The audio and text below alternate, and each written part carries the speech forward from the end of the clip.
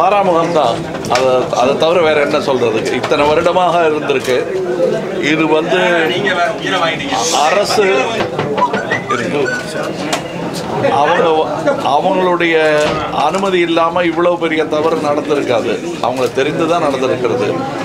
எந்த ஒரு முறையும் இவர்கள் வரைமீறி இருக்கிறார்கள். இந்த ஸ்டெர்லைட் மாசு கட்டுப்பாடு வாரியம் என்பது அவர்கள் வேலையை சரிவர செய்தார்களா என்பது சந்தேகத்துக்குரியதாக இருக்கிறது.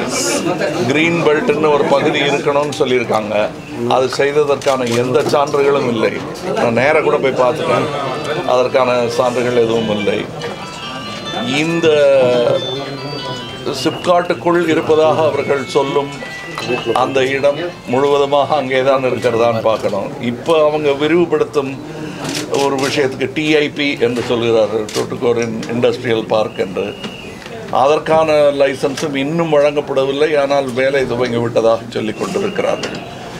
சிலர் அங்கே மெட்ராஸில் ஏசி ரூமில் உட்காந்துக்கிட்டு பேசுகிறதுக்கு காசு வாங்குறவங்கெல்லாம் வந்து நிஜமாகவே அந்த மாதிரி ஏதாவது நடந்திருக்கா, தெரியுமா, சாட்சி இருக்கா, ப்ரூஃப் இருக்கான்னு கேட்குறாங்க. அங்கே போய் நான் அங்கே நோய்வாய்ப்பட்டிருக்கும் குழந்தைகளை பார்த்துக்கிட்டு வந்திருக்கிறேன். இந்த மாதிரி அநியாயம் ஒரு டெமோக்ராட்டிக் இந்தியாவில், ஜனநாயக இந்தியாவில் நடக்கக்கூடாது என்பது தான் என்னுடைய தாழ்மையான கருத்து. தெரியலங்க, யாரோ செய்தது தான் அது. ஆனால் இந்த நேரத்தில் வந்து மாசு கட்டுப்பாட்டு வாரியம் இப்போ டெஸ்ட் பண்ணாங்கன்னா ஒன்றும் இருக்காது.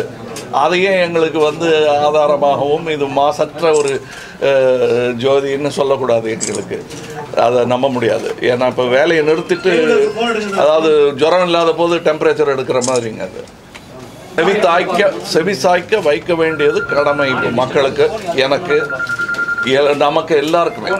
நீங்கள் கூட, ஊடகங்கள் கூட இனிமேல் அமைதியாக இருக்க முடியாதுங்கிறது தான் என்னுடைய தாழ்மையான கருத்து. தனிப்பட்ட கோரிக்கை இனி அந்த விரிவாக்கம்ங்கிறது நான் அனுமதிக்கவே கூடாதுங்க. வேற ஏதாவது சட்ட சிக்கல்கள் இருக்கான்னு பார்க்கணும். முடிந்தால் இதை மூடி விடுவது தான் நல்லது. ஏன்னா மக்களின் உயிரை விட ஒரு பெரிய வியாபாரம் இந்தியாவுக்கு காப்பர் வேணுங்கிறாங்க. அது அந்த மாதிரி பார்த்துக்கிட்டே இருந்தோன்னா மக்கள் உயிரை விட இந்த வியாபாரம் தான் பெருசுன்னு நினைக்கிறது. அப்படின்னா அதை வேற ரெட் ஜோன் அல்லாத, அதாவது இந்த குடியிருப்புகள் இல்லாத ஒரு ரெட் ஜோன் பார்த்து அதில் வச்சிருக்கலாம். குடியிருக்கும் பகுதியில், விவசாயம் நடக்கும் பகுதியில் இதை செய்ய வேண்டிய அவசியம் என்ன? போர்ட்டுக்கு கிட்ட இருக்குன்னு சொல்கிறது ஒரு காரணமாக ஏற்றுக்கொள்ள முடியாது. எனக்கு தெரிந்தவரை எங்கள் ஆஃபீஸுக்கு வரலைங்க. வந்தால் கலந்து கொள்ள வேண்டிய ஒரு முக்கியமான இது. 4ஆம் தேதி அதை பற்றி பேசவிருக்கிறோம் திருச்சியில் விரிவாக. அது இப்போ நான் இப்போ செய்து கொண்டிருக்கும் வேலையும், நான் அதுக்கு முன்னாடி இருந்த நிலைமையும் இப்போ இருக்கிற நிலைமையும் வேறு. அதனால் இப்போவாது வந்தேன்னு சந்தோஷப்படுறது தான் நல்லதுன்னு எனக்கு தோணுது. ஏன் வந்தீங்கன்னு கேட்காம இப்போவாது வந்தேன்னு சந்தோஷப்படுறது தான் நல்லது. ஏன்னா அது அவர்களுடைய வேண்டுகோளாக இருந்தது. காட்சி இப்போ பேசுகிறது வந்து வெறும் கமலஹாசன் இல்லை, மக்கள் நீதி மையத்தின் தலைவராக பேசுகிறேன் நான், பிரசிடெண்ட்டாக பேசுகிறேன் நான். அது யார் என்ன சொல்கிறாங்களோ, விளம்பரம் என்பது வந்து மக்களின் நல்ல ஆதரவுடன் எனக்கு வாழ்க்கை பூரா கிடச்சிக்கிட்டு இருந்ததுங்க. அதனால் இனிமேல் புதுசாக நான் விளம்பரம் தேட வேண்டியதில்லை. வாழ்க்கை பூரா எனக்கு தேவைக்கு அதிகமான விளம்பரத்தை மக்கள் எனக்கு கொடுத்துருக்கிறார்கள். 5 வயசு குழந்தையாக இருக்கும்போதே என்னை வந்து தோளில் தூக்கி வைத்து கொண்டாடியது தமிழகம். அதனால் எனக்கு விளம்பரத்துக்கு பஞ்சம் இல்லைங்க. அது நல்லா கிடச்சிக்கிட்டு இருக்கு. இப்போ நான் செய்ய வேண்டியது, என்னுடைய மனதுக்கு ஒரு நீதி சொல்ல வேண்டிய கடமை எனக்கு இருக்குது. அதுதான் ஏற்றம்னு முதல்ல நினச்சிக்கிட்டு இருந்தேன். ஆனால் இப்பொழுது தான் புரிகிறது, மக்களுக்காக உழைப்பதை விட பெரிய ஏற்றம் ஒன்று இருக்க முடியாது. என் வாழ்க்கையில் நான் ஒரு படியில் பல படிகள் மேலே உயர்ந்திருக்கிறேன் என்பதைத்தான் நான் உணர்கிறேன். அதற்கு தகுதியுள்ளவனாக நடந்து கொள்ள வேண்டியது என்னுடைய கடமை. அதைத்தான் செஞ்சுட்டு இருக்கேன். அவன் மக்கள் என்கிட்ட கேட்டுக்கிட்டது தான் என்னுடைய கடமையாக மாறும். இப்போ ஏன்னா அவர்களின் பிரதிநிதியாக நான் செல்லும் இடமெல்லாம் இந்த குரலை உயர்த்த வேண்டியது என் கடமையாகிறது.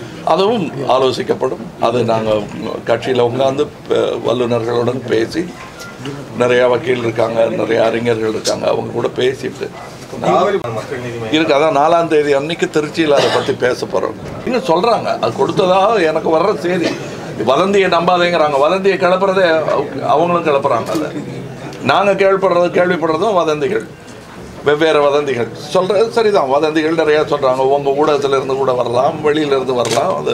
ஆனால் அந்த வதந்திகளை கேட்கும் பொழுதே திராசு சரியா இல்லை, கண்டிப்பாக இருக்கிறது. தேர்தல் காலத்தில் மட்டுமா? இல்லை இப்போவே போகிறோம். தேர்தல் காலத்தில் அது வேற ஒரு ஓட்டமாக இருக்கும். இது என்னுடைய கடமை, மக்களை பார்க்க வேண்டியது என்னுடைய கடமை. Last question sir. பார்க்கணும், நம்ம சொல்லிகிட்டே இருக்காங்க எல்லாரும், ஆனால் எப்படி நடக்க போகுதுன்னு எது முன்னாடி வரணும்னு சொல்ல தெரியாது யாருக்கும். சரி, சட்டமன்றத்தை அதிமுக உறுப்பினர்கள் தடை செய்வது உண்மையிலே அந்த நம்பிக்கையில்லா தீர்மானத்தை வரவிடாமல் தடுப்பதற்கு அகில இந்திய அரசியல் கட்சியிலிருந்து பல்வேறு கட்சிகள் சொல்கிறார்கள். தமிழ்நாட்டின் ஒரு அரசியல் கட்சி தலைவர் என்ற முறையில் உங்களுடைய பார்வை என்ன? அவங்க தக்க வைத்துக்கொள்ள அந்த சேரை பிடிச்சிட்டு விடாம உட்காந்துருக்காங்க, அவ்வளவுதான். நான்